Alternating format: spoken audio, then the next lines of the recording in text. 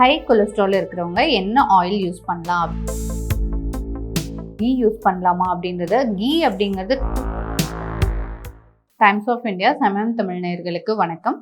நான் dietitian Pradeepa Saravanan, dietitian and diabetes educator, கோயம்புத்தூர்லேருந்து. இன்றைக்கி நம்ம பார்க்க போகிற தலைப்பு ஹை கொலஸ்ட்ரால் இருக்கிறவங்க என்ன ஆயில் யூஸ் பண்ணலாம் அப்படின்றது தாங்க.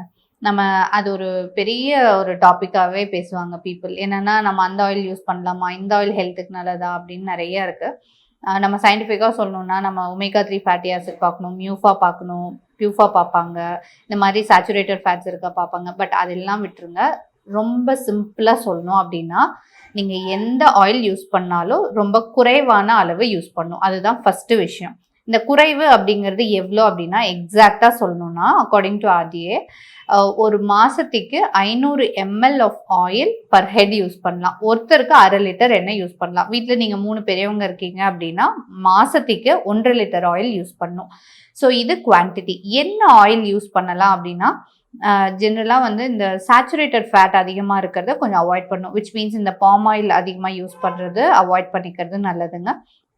இதை தவிர நீங்கள் நல்லெண்ணெய், கடலெண்ணெய், இந்த மாதிரி ரைஸ் பிரான் ஆயில், இல்லை இந்த மாதிரியான கோல்ட் ப்ரெஸ் ஆயில் நீங்கள் எதுவாக இருந்தாலும் யூஸ் பண்ணலாம். பட் நான் ஃபர்ஸ்டே சொன்ன மாதிரி தான், எதுவாக இருந்தாலும் அளவோடு யூஸ் பண்ணணும். பிகாஸ் நீங்கள் ஆயில் எடுத்துக்கிறீங்க அப்படின்னா 1 ml ஆஃப் ஆயிலுக்கு 9 கிலோ கேலரிஸ் கிடைச்சிரும். ஸோ குவான்டிட்டி வைஸ் நீங்கள் அதிகப்படுத்த கேலரி வைஸும் உங்கள் பாடியில் அதிகமான எனர்ஜி லெவல்ஸ் அதிகமாக இருக்கும். ஸோ முடிஞ்ச வரைக்கும் ஆயிலோட கன்சப்ஷன் வந்து லிமிட்டடாக தான் இருக்கணும். அண்ட் இதுக்கு இன்னொரு விஷயம் என்னென்னா, கீ யூஸ் பண்ணலாமா அப்படின்றது. கீ அப்படிங்கிறது கட்டாயமாக யூஸ் பண்ணலாம், அதனால எந்த தப்பும் இல்லை. முடிஞ்ச வரைக்கும் பசும்பால் நெய்யாக இருந்தால் இன்னமும் நல்லது. இது எவ்வளோ குவான்டிட்டி யூஸ் பண்ணலாம் அப்படின்னா, ஒருத்தர் ஒரு நாளைக்கு வந்து 2 டீஸ்பூன், 1லேருந்து 2 டீஸ்பூன் யூஸ் பண்ணிக்கலாம். இது எப்போ யூஸ் பண்ணலான்னா, காலை உணவுக்கோ அல்லது மதிய உணவுக்கோ யூஸ் பண்ணலாம்.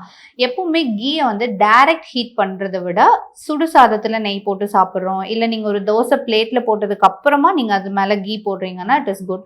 எப்பவுமே முடிஞ்ச வரைக்கும் கீயை டைரக்ட் ஹீட் பண்ணாமல் இருக்கிறது நல்லது. அண்ட் போஸ்ட் ஈவினிங் 6 o'clock மேலே நீங்கள் முடிஞ்ச வரைக்கும் ஆயிலி சப்ஸ்டன்சஸ் எதுவுமே அதிகமாக சேர்த்திக்காமல் இருக்கிறது நல்லது. அண்ட் முடிஞ்ச வரைக்கும் கீ, கர்டு, இந்த நான்வெஜ் ஃபுட் ஸ்டப்ஸ் இது எல்லாமே கூட 6 மணிக்கு மேலே சாப்பிடாமல் இருக்கும்போது இந்த டைஜஸ்டிவ் இஷ்யூஸ் வராமல் இருக்கிறதுக்கு அது ஹெல்ப்ஃபுல்லாக இருக்கும். அண்ட் ரொம்ப இம்பார்ட்டன்ட்லி அடாப்ட் டு திஸ், நீங்கள் என்ன ஆயில் யூஸ் பண்ணணுன்றதுல எவ்வளோ கான்ஷியஸாக இருக்கீங்களோ அதே அளவுக்கு நீங்கள் எடுத்துக்கிற ஃபுட்லேருந்து வரக்கூடிய கேலரிஸை பர்ன் அவுட் பண்ணணும். ஸோ இந்த கொலஸ்ட்ரால் அது எல்லாமே போஸ்ட் 30 years, போஸ்ட் 40 years பீப்புளுக்கு நிறைய வருது இல்லையா? ஸோ அதுக்கப்புறமா நீங்கள் எக்ஸசைஸ் பண்ணுறீங்களா அப்படின்றத செக் பண்ணிக்கோங்க. அந்த கேலரிஸை பர்ன் அவுட் பண்ணுறீங்களான்றதில் செக் பண்ணிக்கோங்க. அண்ட் முடிஞ்ச வரைக்கும் ஒரு பேலன்ஸ்டு டயட்டாக எடுக்கிற மாதிரி பார்த்துக்கோங்க. நன்றி, வணக்கம்.